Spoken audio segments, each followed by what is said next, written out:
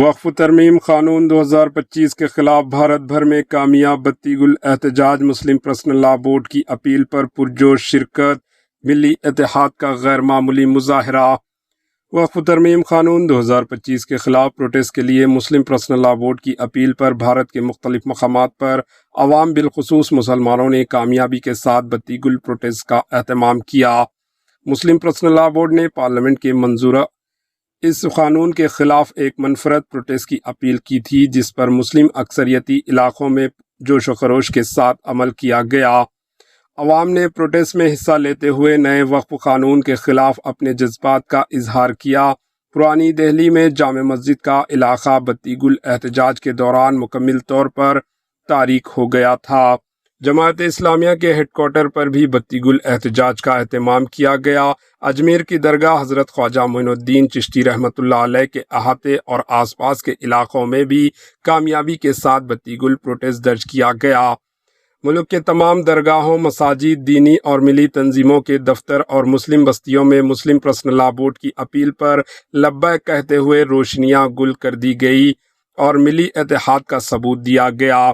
اس قانون کو supreme court میں چیلنج کیا گیا ہے اور فی الحال اس پر حکم التوا ہے۔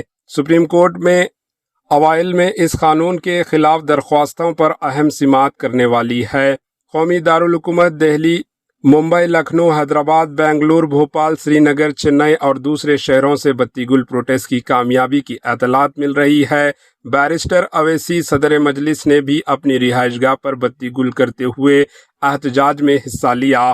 مسلم پرسنل لا بورڈ نے وقف ترمیم قانون 2025 کے خلاف 30 اپریل 2025 چہارشنبے کی رات 9 بجے سے 9:15 تک بتی گل پروٹیسٹ کی اپیل کی تھی۔ بیرسٹر اویسی نے اپنی رہائش گاہ پر بتی گل احتجاج کا ویڈیو سوشل میڈیا پر جاری کیا۔ مجلس اتحاد المسلمین کے ہیڈ کوارٹرز دارالسلام میں احتجاج کیا گیا۔ دہلی بالخصوص پرانی دہلی میں عوام نے سرگرمی سے بتی گل احتجاج میں حصہ لیا۔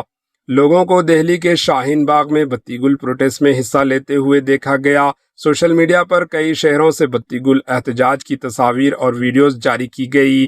اتر پردیش کے دارالحکومت لکھنؤ کے اکبر گیٹ علاقے میں بتی گل پروٹیسٹ تصاویر سامنے آئی ہے۔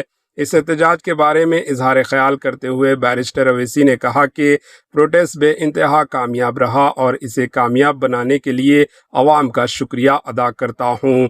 انہوں نے پرائم منسٹر نریندر مودی کی حکومت کو یہ پیغام دینے کے لیے پروٹیسٹ کیا گیا، اس قانون سے وقف بورڈز تباہ ہو جائیں گے اور یہ قانون غیر دستوری ہے۔ Bureau report, H news.